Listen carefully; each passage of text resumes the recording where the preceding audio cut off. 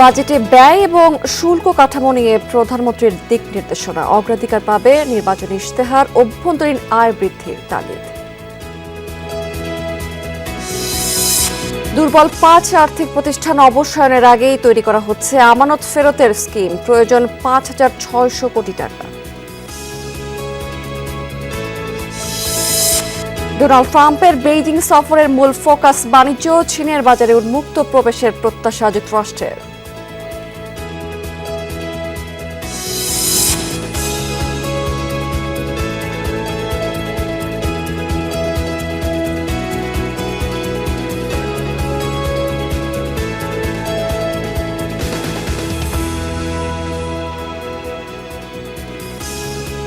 আমন্ত্রণ বিজনেস স্টোরিতে এতক্ষণ শিরোনাম দেখছিলেন, এবার চলে যাচ্ছি পুরো খবর এবং পুরো সময় জুড়ে আপনাদের সাথে থাকবো আমি রাবিয়া স্মৃতি।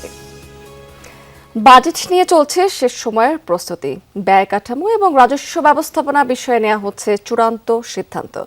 বুধবার রাতে সচিবালয়ে প্রধানমন্ত্রী তারেক রহমানের সঙ্গে নীতি নির্ধারকদের বৈঠক হয়েছে। ওই বৈঠকে অর্থমন্ত্রী ছাড়াও অর্থ মন্ত্রণালয় এবং এনবিআর শীর্ষ কর্মকর্তারা উপস্থিত ছিলেন। সেখানে আজ জাতীয় রাজস্ব বোর্ড এনবিআর কর্মকর্তাদের সঙ্গে বৈঠক করছেন প্রধানমন্ত্রী নিজেই।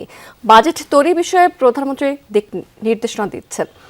আভাস পাওয়া গেছে নির্বাচনী ইশতেহারে দেয়া প্রতিশ্রুতি বাস্তবায়নের এই বিষয়টি গুরুত্ব পাবে। পাশাপাশি অর্থায়ন প্রক্রিয়া এবং কর কাঠামোতে পরিবর্তন আনার বিষয়েও দেয়া হচ্ছে দিক নির্দেশনা।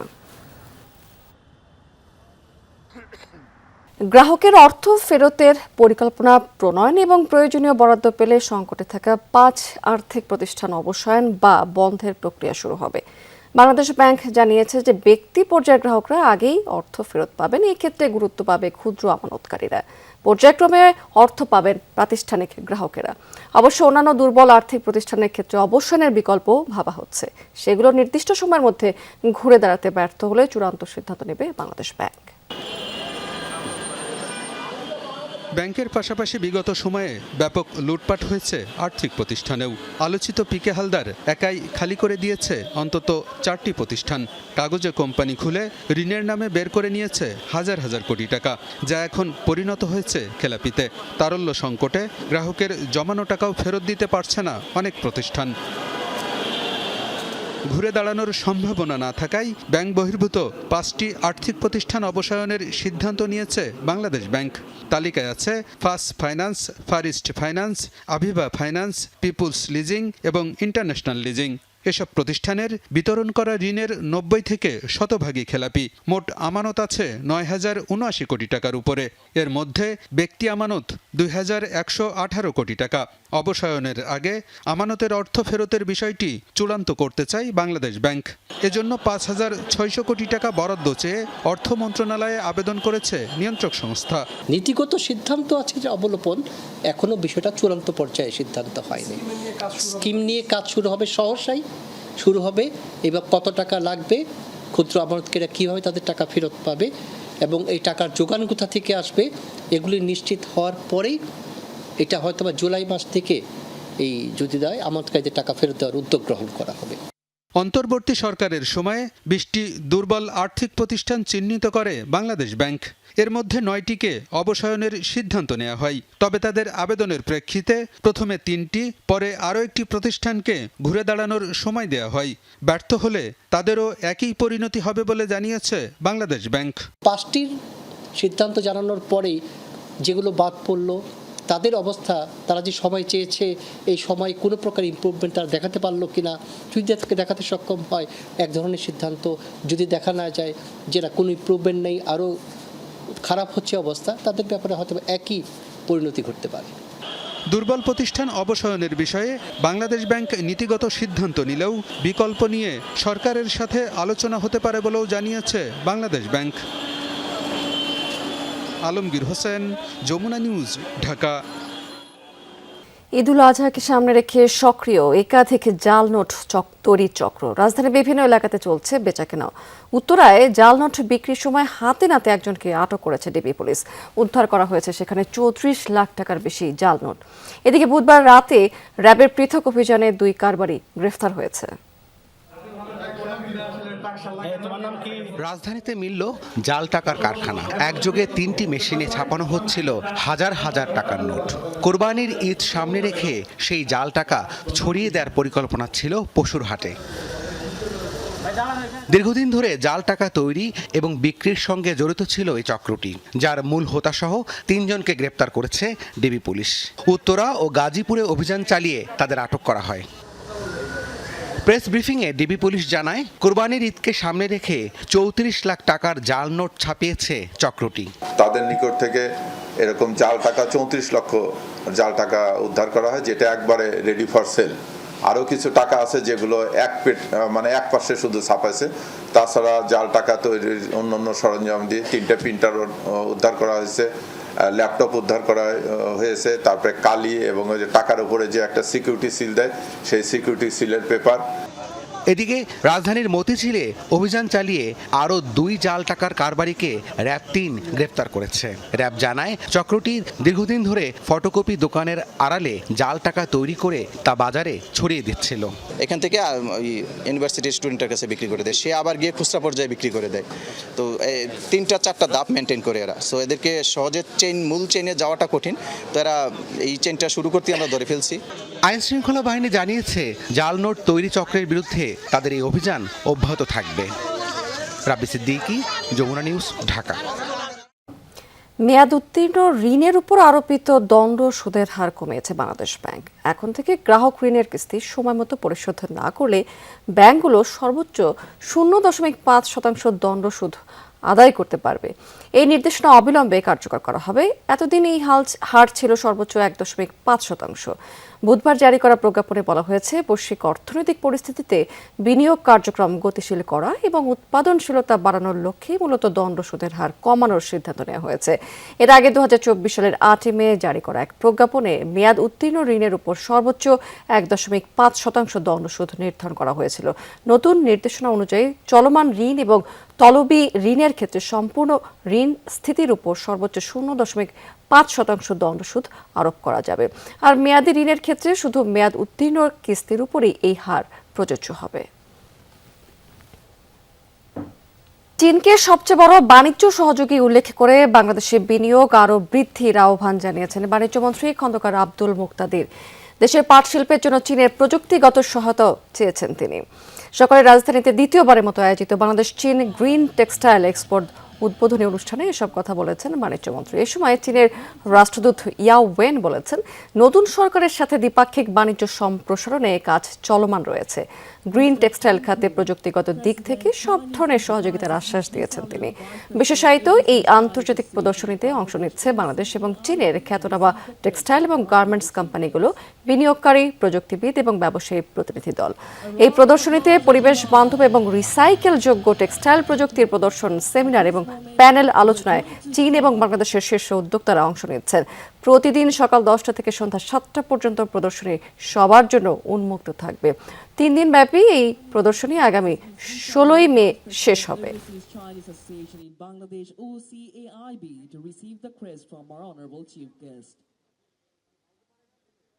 The Chinese government encourages the Chinese investors to come into Bangladesh and make meaningful investment. Win-win scenario for both Chinese investors and in terms of generating employment for Bangladesh.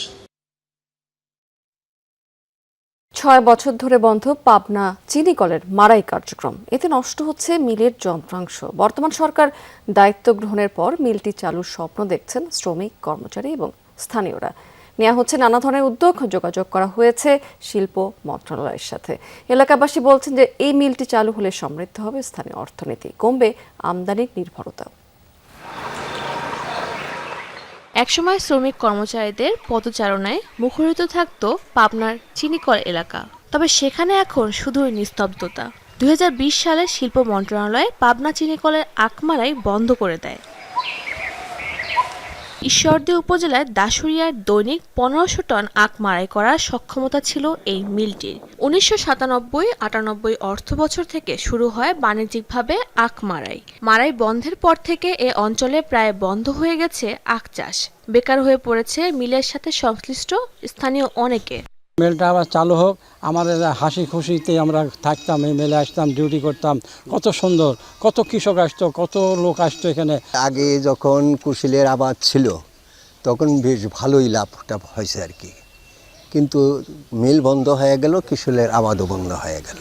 বন্ধু মিলটা যদি পুনরায় চালু করা হয় তাহলে অত্র এলাকার যারা বেকার যুবক তারা হয়তো এখানে কর্মসংস্থানের একটা সুযোগ সৃষ্টি হবে। কৃষকের দিক তাকেও ব্যবস্থা করা উচিত, কারণ আমরা বাপদাদারা দেখেছি আখ চাষ করেছে, অনেক লাভবান হয়েছে। আখ চাষের টাকা মিল থেকে একসাথে পাওয়ার কারণে বড় বড় টাকা কিন্তু পেয়েছে, পাওয়ার পরে ভালোভাবে বিভিন্ন জায়গায় কাজে লাগাইছে। বর্তমান সরকার দায়িত্ব গ্রহণের পর মিলটি চালুর বিষয়ে আশার কথা জানালেন মিলের ব্যবস্থাপনা পরিচালক। তৎকালীন সময়ে 3টা ধাপ করছিল, তার ভিতর 6টাকে পর্যায়ক্রমে ধাপে ধাপে চালু করার সিদ্ধান্ত গ্রহণ করেছিল। তার ভিতর আমাদের পাবনা চিনিকল 2য় ধাপে চালুর কথা ছিল। বন্ধ কল কারখানাগুলো নিয়ে সরকারের পজিটিভ চিন্তাভাবনা আছে এবং আমাদের চিনিকলগুলো নিয়ে আলাদাভাবে চিন্তাভাবনা আছে যে কিভাবে এগুলা লাভজনকভাবে চালু করা যায়। মিলটি বন্ধ থাকলেও অর্ধশতাধিক শ্রমিক কর্মকর্তা কাজ করছেন। তাদের বেতন ভাতা বাবদ প্রতি মাসে সরকারকে খরচ করতে হচ্ছে লাখ লাখ টাকা। শাজদিন অন্তরা, যমুনা নিউজ। দর্শক এবার জানিয়ে দেবো আজকের পুঁজিবাজার লেনদেনের লাস্ট আপডেট। আজকে কিন্তু সকাল থেকে দেখতে পাচ্ছি বেশ ঊর্ধ্বমুখী প্রবণতা বিরাজ করেছে সারাদিন ধরেই। আজকে দিন শেষে আমরা যদি ইন্ডেক্সের দিকে তাকাই তাহলে দেখবো যে প্রধান সূচক ডিএসসি ব্রড ইন্ডেক্স যেটি সেটি কিন্তু 1 পয়েন্টের বেশি বেড়েছে এবং এই সূচকটি অবস্থান করছে 5245 পয়েন্টে। আরও একটি সূচক বেড়েছে ডিএসসি সূচক, সেটিও কিছুটা বেড়ে 1066 পয়েন্টে রয়েছে। তবে দিন শেষে আজকে ডিএস30 সূচক যেটি সেটি কিন্তু কিছুটা কমেছে 9 পয়েন্টের মতো এবং এই সূচকটি 1981 পয়েন্টে অবস্থান করছে। টোটাল ট্রেড করেছে আজকে ঢাকার শেয়ার বাজার 997 কোটি 30 লাখ টাকার শেয়ার এবং ট্রেড হওয়া কোম্পানিগুলোর মধ্যে আমরা দেখতে পাচ্ছি যে দিনের শেষে এসে বেশিরভাগ প্রতিষ্ঠানের শেয়ারের দামও কিন্তু বেড়েছে। 199টি কোম্পানির শেয়ারের দাম আজকে টোটাল বেড়েছে ঢাকার শেয়ার বাজারে। 144টি প্রতিষ্ঠানের শেয়ারের দাম কমেছে এবং 53টি প্রতিষ্ঠানের শেয়ারের দাম অপরিবর্তিত রয়েছে। টপ 20তে আজকে এনসিসি ব্যাংক, এটি কিন্তু সকাল থেকে প্রথম অবস্থানে আমরা দেখতে পাচ্ছি এবং টোটাল ট্রেড করেছে আজকে দিন শেষে 37 কোটি 16 লাখ টাকার শেয়ার এবং এই কোম্পানি কিন্তু আজকে সকাল থেকে ট্রেড হচ্ছে 16 থেকে 17 টাকার মধ্যে, লাস্ট প্রাইস ছিল 16 টাকা 80 পয়সা।